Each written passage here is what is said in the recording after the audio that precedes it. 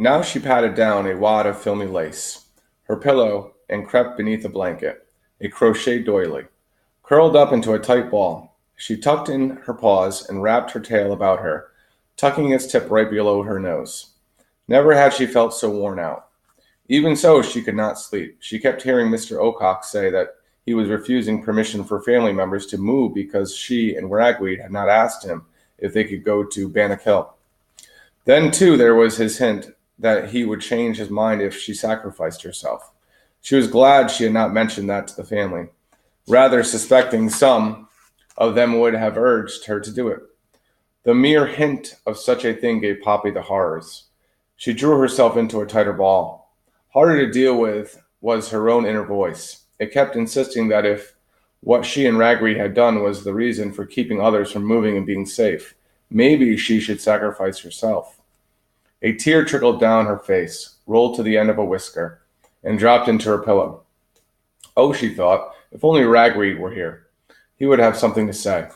But what? She asked, trying to cheer herself up. Most likely a question, a backward one, just like the time he asked Lungwort how Mr. Ocox could confuse huge porcupines with small deer mice. Even as she thought about Ragweed's asking, people realized that her father never did give an answer. She wondered why. Poppy forced herself back to her problem. Mr. Ocock said he was refusing permission because of something she had and Ragweed had done. How would Ragweed have turned that around? Poppy could almost hear it. Ragweed would have said, "What did refusing permission allow Mr. Ocox to do?" Just asking herself the question, because it lifted some of the burden from her, gave Poppy a touch of encouragement. Well then, what did refusing permission allow Mr. Ocox to do? Poppy tried to remember exactly what occurred when her family finally came to this point and requested permission for the move. Slowly but clearly it came back. When Lungwort asked the question, Mr. Ocox became flustered. He seemed unsure about something connected with Newhouse. That is, he didn't ask Lungwort about the move. He asked if he had been to Newhouse. In fact, he actually asked the question twice. Or was it 3 times? The point was, the moment Lungwort said he had not been to Newhouse, that was when Mr. Ocock said no. But it was not, Poppy recalled. No, you can't move. Rather, it was, no, you cannot move to Newhouse. Well then, what did refusing permission allow Mr. Ocock to do? It allowed him to keep the mice away from Newhouse.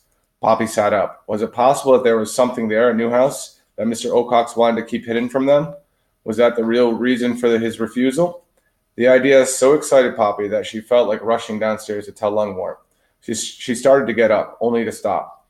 If she had hit upon the real reason for Mr. Ocox's refusal, there was but one way she could prove it. She would have to go to Newhouse and see what was there, and she could hardly ask Mr. Ocock's permission to do that. I don't care, Poppy said aloud, making a fist of a paw. I'll do it, I will. With a sigh of exhaustion, Poppy finally fell asleep. But it was not a restful sleep. She kept dreaming she was lost. Worse, no matter where she turned for help, she only saw eyes. Mr. Ocox's eyes. They were always just above and behind her. And that's the end of chapter 7.